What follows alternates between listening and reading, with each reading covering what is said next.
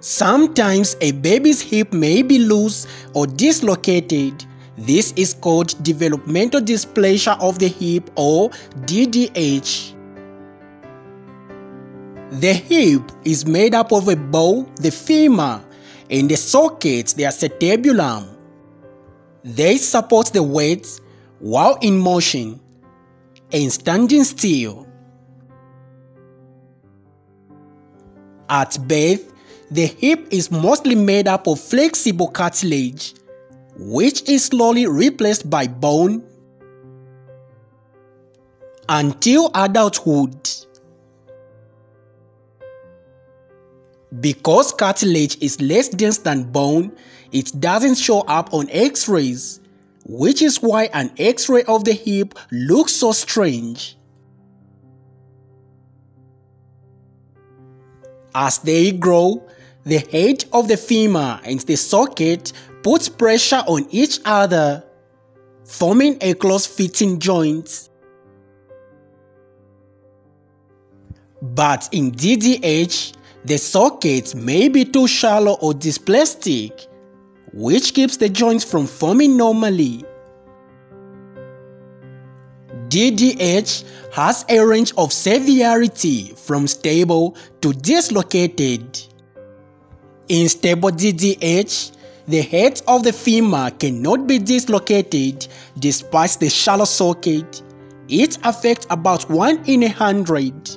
In unstable DDH, the femur can be dislocated if pressure is applied. It affects about 1 in 1,000. In severe cases, the femur is dislocated since it no longer puts pressure into the socket. The joint will not form correctly. If left untreated, DDH results in a limited range of motion and abnormal gait, pain during physical activity, and possibly early arthritis. DDH is more common in females and firstborn children, but those with direct family history of DDH or those born in breech presentation are most at risk. Signs are more visible after 3 months old, such as a shorter leg or uneven skin folds.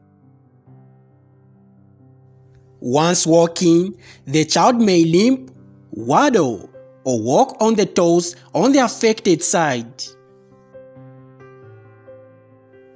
Treatment is most effective if it started early with long-term monitoring and care. The first and most effective option is the Pavlik harness, a soft brace that stabilizes and correctly aligns the legs while allowing them to move. This puts pressure back into the acetabulum, stimulating it to deepen. The brace is worn 24 hours a day for 12 weeks, is worn under the clothes and allows for easy diaper changes. The Pavlik harness is pain-free and effective for 80% of patients, depending however on the severity of their DDH.